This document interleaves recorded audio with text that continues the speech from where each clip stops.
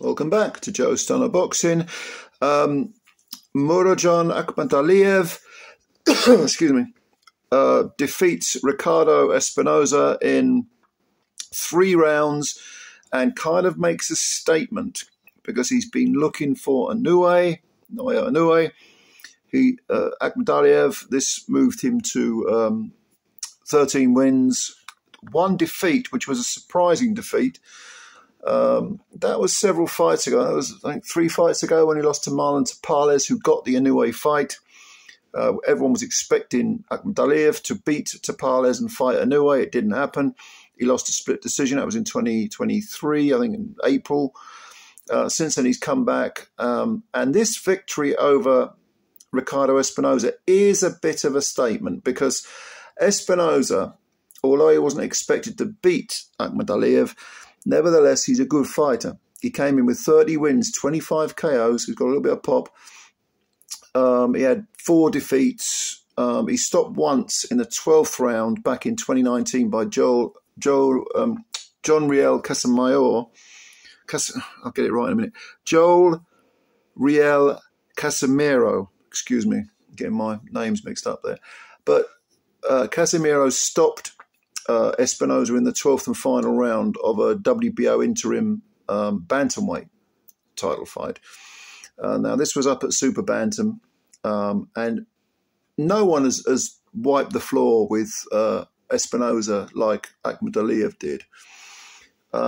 He was completely dominant, and that's not to say that Espinoza, even though he's considered to be a veteran by today's standards, he's still only 27. He's an orthodox fighter from Mexico, tough kid, but Akhmadalliev was just a league ahead and performed really quite brilliantly. And as we often say, sometimes it's how you get your work done.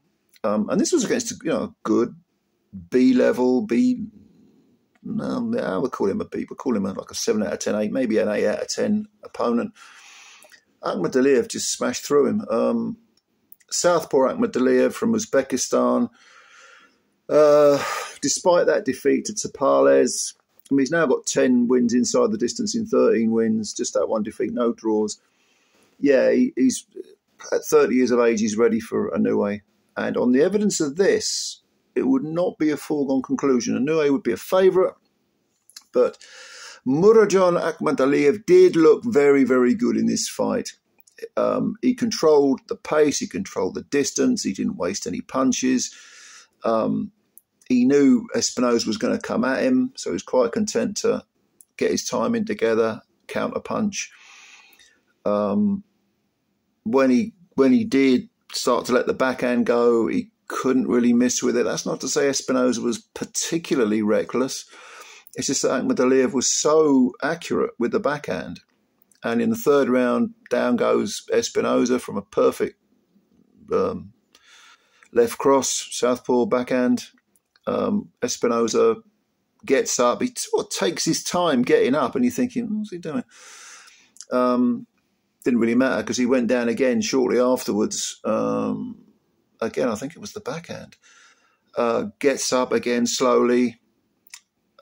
Is he going to see out the 3rd round because it's getting on a bit? There's not long left, maybe 20 seconds. No, right at the end of it, last second, he gets floored again. And Akhmadalliev just didn't waste a single punch. Referee just doesn't bother counting.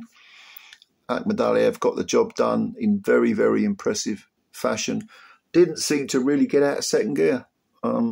Seems to have a lot more to give. And he wants Inoue. He's been calling for Inoue for a long time. I mean, he kind of blew it with the defeat against Tapales. Maybe he was looking beyond Tapales. Tapales went on to fight Inoue and got stopped late. Was it 10 rounds? I seem to remember.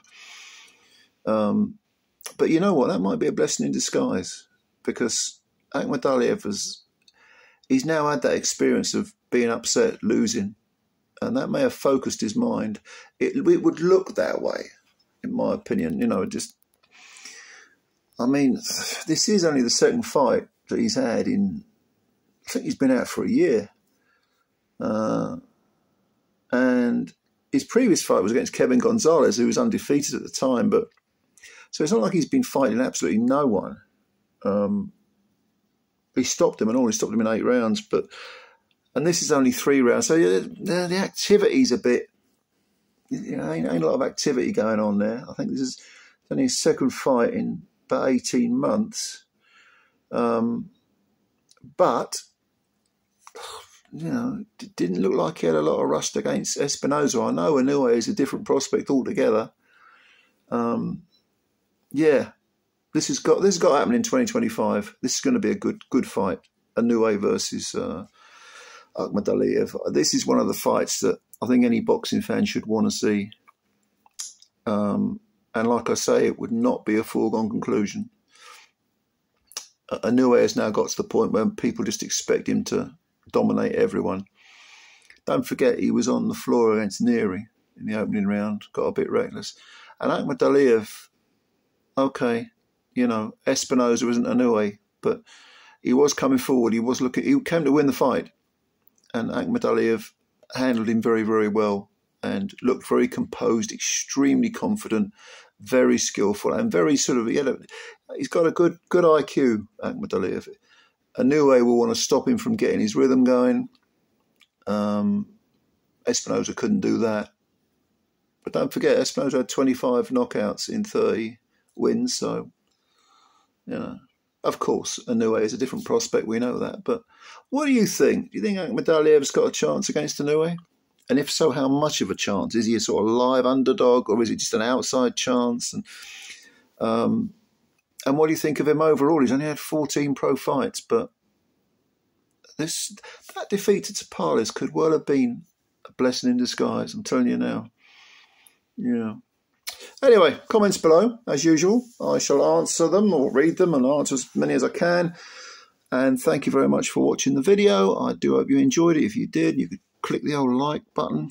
That would be nice. And also give the old subscription button a battering as well.